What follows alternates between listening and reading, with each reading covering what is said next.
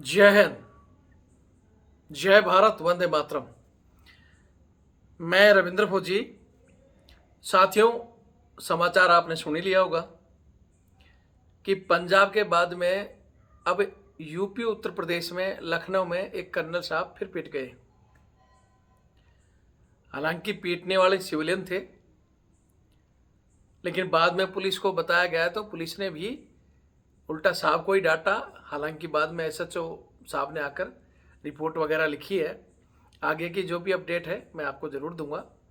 और दूसरी खबर है कि हरियाणा भिवानी की, जहां एक ऑन ड्यूटी सूबेदार साहब जो कि पोस्टिंग होकर कहीं जा रहे थे और उनके एक भाई जो भी सेना में है वो उनको लेने के लिए आ रहे थे, और भिवानी टोल टैक्स पर सूबेदार साहब और उनकी पत्नी और उसके भाई के साथ मारपीट करते हैं। यहाँ तक कि बताया जा रहा है कि पत्नी का मंगलसूत्र तक तोड़ दिया गया। ये खबरें आपने आराम से देख ली होगी। हालांकि आज कठोर शब्दों में बोलने वाला रविंद्र फौजी का तो आप सभी को पता है कि चैनल बंद कर दिया गया। तो इसी सिलसिले में मैं वकीलों के पास चक्कर काट रहा हूँ।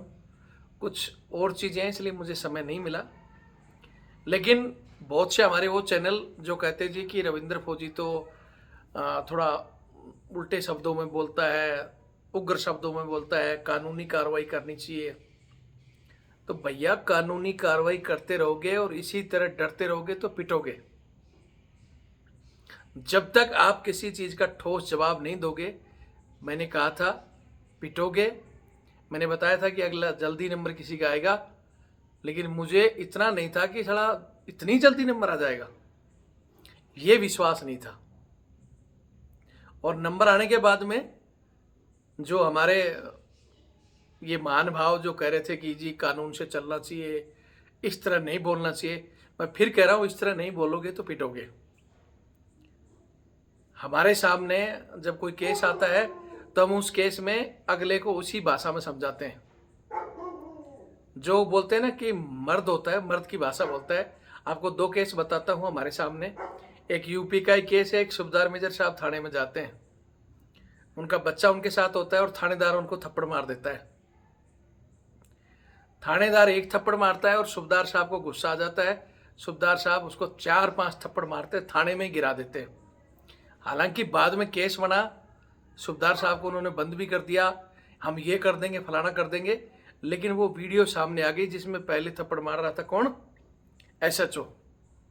और जब वो जांच के लिए गई, दोनों तरफ से एफआईआर हुई।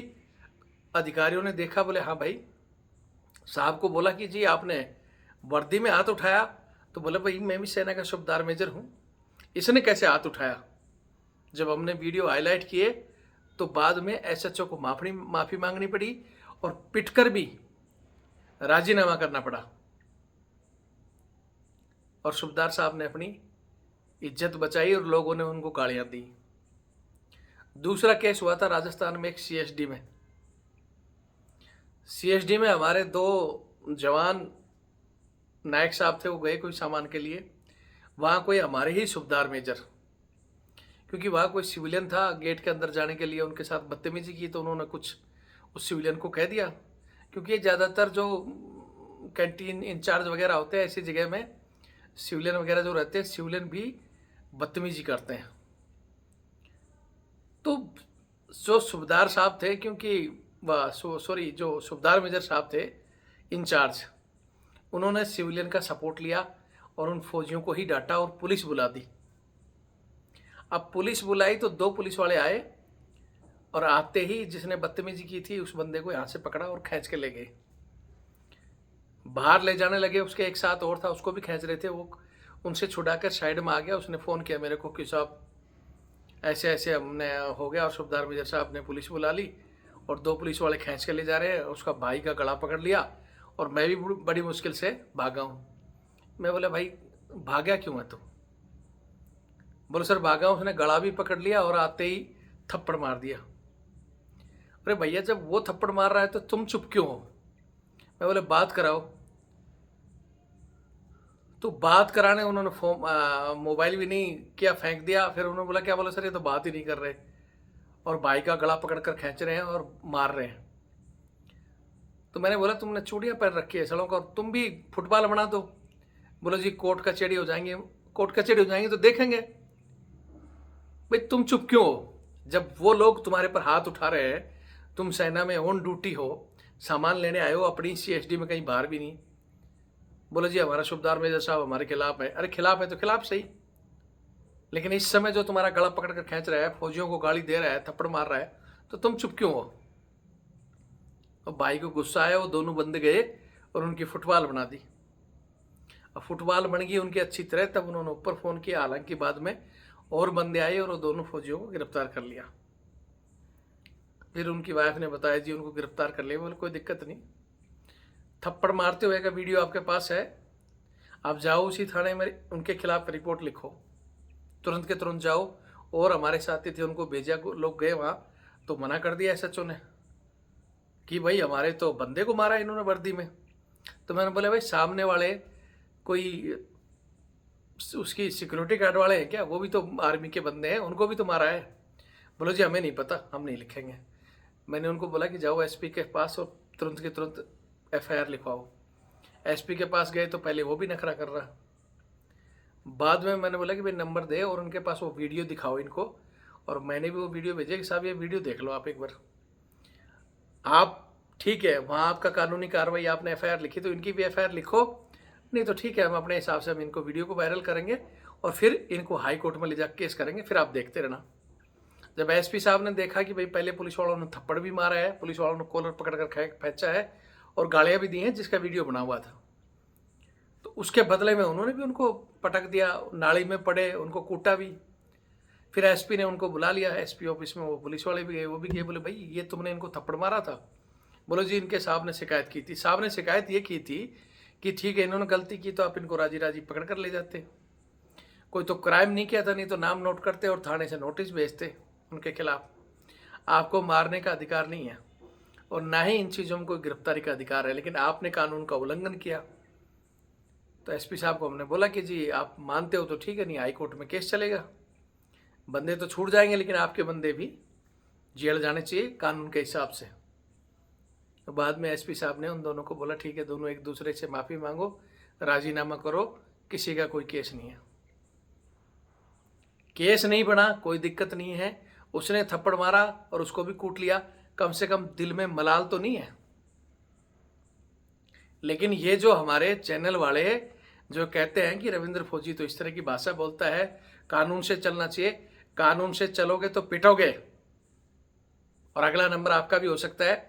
कानून तभी तक है जब आपके ऊपर अगला कानून के लिए वो सामने वाला कानून का पालन कर रहा हो। सामने वाला तुम्हारे को थप्पड़ पर थप्पड़ मार रहा है, सामने वाले 12 लोगों ने मिलकर कर्नल साहब को और उनके बच्चे को मार दिया और हमारी आर्मी कानून से चल रही है। दोबारा हमारे रिटायर्ड ब्रिगेडियर साहब पिट गए, कर्नल साहब पिट गए और तुम कानून से चल रहे हो और सामने वाला मारे जा रहा है। मतलब गांधी जी की तरह एक थप्पड़ गाल पर खा रहे हो और दूसरा आगे कर रहे हो, तो फिर खाओगे भैया, खाते रहो तुम गांधी जी, तुम्हें बनना है तो। हम तो भगत सिंह थे और भगत सिंह की तरह ही चलेंगे। तुमने हमारा चैनल बंद करके कहा हमारे को दबा सकते हो, तो हमने दूसरा चैनल खोल लिया, जट पड़ेगी तो तीसरा खोलेंगे। लेकिन तुम्हारा जोर सिर्फ हमारे ऊपर चलता है, ये गलत है। जोर चलाओ यहाँ, टिट फॉर टैट कर दोगे तो भविष्य में जैसे वो 2 पुलिस वाले थे, थप्पड़ मारा और उनकी रेल बन गई, भविष्य में किसी पर हाथ नहीं उठाएंगे। एसएम साहब ने जिस SHO को मारा, जिंदगी में किसी फौजी को हाथ उठाने के लिए 4 बार सोचेगा, अरे भैया आप फौजी है, जो थाने में ही कूट देगा तो बेइज्जती हो जाएगी। और बाद में सब थाने वाले हंस भी रहे थे कि आज तो थानेदार को बढ़िया पेल दिया फौजी साहब ने। तो भैया कहीं ना कहीं किसी बाप से टकराओगे तो बाप कूट देगा। वर्दी आपको मिली है कानून का पालन करने के लिए, और खासकर फौजी आदमी, जैसे अभी झारखंड का भी मैंने वीडियो डाला नहीं है, बहुत सी जगह आपने देख लिया होगा, वहाँ भी एक सैनिक को पकड़कर मारा, कानून का पालन नहीं किया, स्टेशन हेडक्वार्टर और CO को रिपोर्ट नहीं की, वो एविडेंस सबसे मजबूत प्रूफ मतलब माना गया और उसके आधार पर पूरा थाना सस्पेंड हुआ। कानूनों का पालन होगा, लेकिन अगर उस पर ऊपर आप आगे बढ़ोगे तो। लेकिन कुछ हमारे ही हैं कि मार खाकर किसी को बताओ मत, वीडियो मत डालो, इनसे क्या होता है, ऐसे बोलते ना, चुनौतियों से लड़ा जाता है, इन चूतियों से कौन लड़े जो अपनी ही टांग खींचते हैं। तो उनसे कहना चाहता हूँ भैया हमारा तो सिद्धांत सीधा है, टिट फॉर टैट। हम तो घातक टीम वाले हैं और मैंने घातक टीम बनाने के लिए सब कुछ तैयारी भी कर लिया था, लेकिन अब वो हमारा चैनल ब्रेक कर दिया, बंदों की कनेक्टिविटी तोड़ दी। अब मैं घूम रहा हूँ कि उस ताकत को दोबारा खोला जाए। तो उसके लिए आप लोगों से मैंने कई बार आग्रह किया, बहुत से सारे फ़ोन तो बहुत कर रहे हैं, हम आपके साथ हैं, ये हैं वो है, लेकिन साथ देने वालों की संख्या कितनी है वो ग्राउंड में मैं नोट कर रहा हूँ। और फिर कल ना हमें भी ऐसे जो आज हमारा साथ दे रहे हैं, हम चाहते हैं कल हम भी उनके लिए लड़ें जो अभी तक ज्ञान पीलते थे ना कि जी ऐसा नहीं करना चाहिए, कानून के हिसाब से। कानून के हिसाब से रहोगे तो कभी किसी मोड़ पर खुद भी पिटोगे फैमिली के सामने और फैमिली को भी पिटवा लोगे और ये हाल होगा। वो जो न्यूज़ वाले जो बोल रहे थे ना, आज तो कैसे तुम्हारी भाषा निकल गई कि अब तो सिविलियन की भी कैसे हिम्मत होगी, हमें पीट दिया, हम कुछ करेंगे। जब मैं कह रहा था तो तुम्हें मतलब ये लग रहा था कि नहीं ये भाषा ठीक नहीं है। भाषा जो लातों के भूत जो बातों से नहीं मानते उनके लिए भाषा यूज करनी पड़ती है। और आप लोग नहीं करोगे तो बेचारे सिविलियन का क्या हाल होगा। अगर इन पुलिस वालों को तुम नहीं सुधार सकते तो सिविलियन सुधार पाएगा क्या? तो बेचारा मार खाकर किसी को बताएगा भी नहीं, और तुम भी कह रहे हो नहीं बताओ। तो भैया आप लोगों की मर्जी है। हमारे से तो वही आदमी जुड़े जो अपने आप को भगत सिंह समझता है और जो ईंट का जवाब पत्थर से दे सकता है। किसी को जुड़ना है तो ये मेरा नंबर है 8290354513 8290354513। ये मेरा कॉलिंग और व्हाट्सअप नंबर है। इसमें अपना गांव नाम लिख कर रखो कि सर हम आपके साथ हैं। और साथ के साथ आज हमारा चैनल मुसीबत में, उस चैनल के लिए बार बार हम कह रहे हैं कि लड़ने के लिए हमें तन मन और धन की आवश्यकता है। तो अगर कोई साथी इसमें सहयोग करना चाहता है आर्थिक, तो यही नंबर मेरा 8290354513 8290354513। ये मेरा फ़ोन पे और पेटीएम से जुड़ा हुआ और ये मेरा बार कोड। आज आप साथ और सहयोग दे सकते हो तो एक बार हम फिर उसी मजबूती के साथ ऐसे लोगों का इलाज कर सकते हैं। और हमारे इलाज का काम तुरंत होता है। इनकी तरह नहीं जी हम धरना देंगे, हम ये करेंगे, कानूनी कार्रवाई कर रहे हैं। भैया कानूनी कार्रवाई करो कानून के हिसाब से, लेकिन पहले अगर वहाँ टीम होती तो कम से कम जाकर उनको उसी समय फ़ोन करते ना कि ठीक है आ जाओ जी हाँ, तो पहले उनका इलाज करते और फिर केस चलता रहता। लेकिन कानून से ही चलोगे तो उस कानून के दायरे में इन लोगों ने तो सोच लिया कि भैया जब तुम्हारे मैंने कहा था ना कि आज अगर कर्नल साहब सुरक्षित नहीं है, कर्नल साहब को इंसाफ नहीं मिल रहा, तो आप लोग और आपके परिवारों के साथ क्या होगा ये समय बताएगा। मैंने कह दिया था और ज़्यादा समय भी नहीं हुआ। एक सूबेदार साहब भिवानी में हरियाणा में पिट गए ऑन ड्यूटी, और उधर एक कर्नल साहब जो कि जिला सैनिक बोर्ड के अधिकारी हैं भी फिलहाल, उनके पास जो पावर होती है ना, ऑन सर्विस कर्नल से भी ज़्यादा उनके पास पावर है अगर वो कार्रवाई करते तो। लेकिन अगर उस कार्रवाई शुरू से ही कर चलते, जब सैनिकों के साथ समस्या आती है तो उन सैनिकों की समस्या सुनने के लिए ही वो बैठे रहते हैं, लेकिन वो सैनिक को ही समझाएंगे अरे छोड़ झगड़ा हो गया तो कोई बात ना, करवा दूंगा मैं तेरा राजीनामा कर दूंगा फलाना। तो आज आप भी थप्पड़ खाकर राजीनामा करो। अगर काश आपने एक्शन लिया होता, आपके पास अधिकार हैं, तो ये नौबत नहीं आती। यही हम हमारे अधिकारियों को कह रहे हैं, आप भी रिटायर होकर आओगे पिटोगे, एक्शन नहीं लोगे तो। कमज़ोर आदमी जब समझौता करता रहेगा, कमज़ोर आदमी कानून का पालन करता रहेगा, तो भैया मजबूत आदमी उसको मारेगा, फिर मारेगा और फिर मारेगा। अब आपको मार खाना है या लड़ना है? मार खाना है तो आप अपना कानून से साथ रहो, मार का जवाब मार से देना है। टीम से जुड़ना है तो रविंद्र फौजी के साथ जुड़ो और अपने अधिकारी जिस नींद में सोए हैं उनको जगाओ। बाकी वीडियो देखें और शेयर करें। जय हिंद, जय भारत, वंदे मातरम। मैं मेरे उस चैनल के लिए भी कोशिश कर रहा हूँ, ये दूसरा चैनल बनाया है इसको भी कोशिश कर रहा हूँ, लेकिन इस समय मेरे पास समय कम है। मेरे को ही बोलोगे सर आप ही सब अपडेट दो, वीडियो डालते रहो। आपको एक काम दिया हुआ है कि ये चैनल से कहीं भी अपने परिवार का कोई साथी कोई भी मिलता है, भाई जुड़ो, इसे सब्सक्राइब करो, संख्या बढ़ाओ। जब संख्या बढ़ी हो, बोलने में भी मज़ा आता है, तोड़ने में भी मज़ा आता है और कोई कार्रवाई करने में मज़ा आता है। बाकी 10 आदमी जाओगे जी, हल्ला हम ये कर देंगे, तो 10 तो 10 ही का काम करेंगे, लाखों जाएंगे तो अगला भी हिलेगा और आपकी सब चीज़ें मानेंगे। वीडियो देखें और शेयर करें। जय हिंद।